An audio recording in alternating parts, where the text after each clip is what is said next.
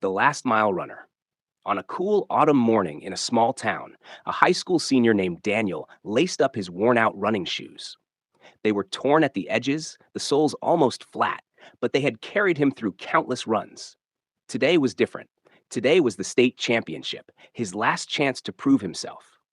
Daniel wasn't the fastest runner in his school. In fact, he had never won a race before. Most people thought he didn't belong on the track team at all.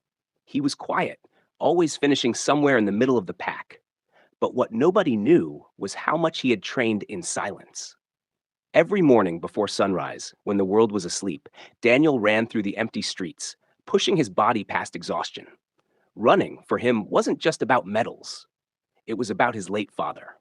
His dad had always told him, "Son, life isn't about being the fastest, it's about finishing strong." Those words became his fuel. When the whistle blew, the runners shot forward like arrows. Daniel quickly fell behind. The crowd cheered for the leaders, barely noticing him. Halfway through, his legs screamed in pain, but his father's words echoed in his heart. He whispered to himself, "Finish strong, finish strong."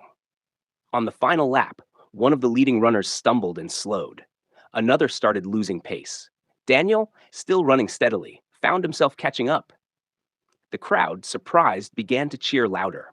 With every ounce of strength left, Daniel pushed forward.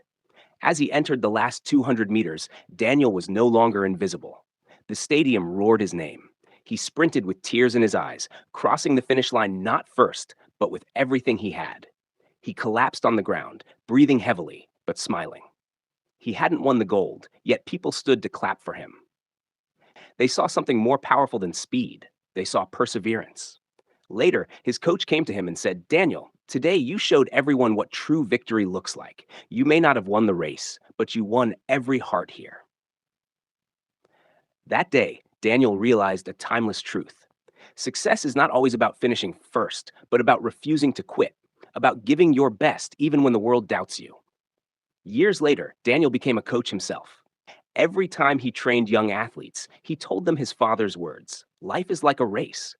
You don't always need to be the fastest, but you must always finish strong."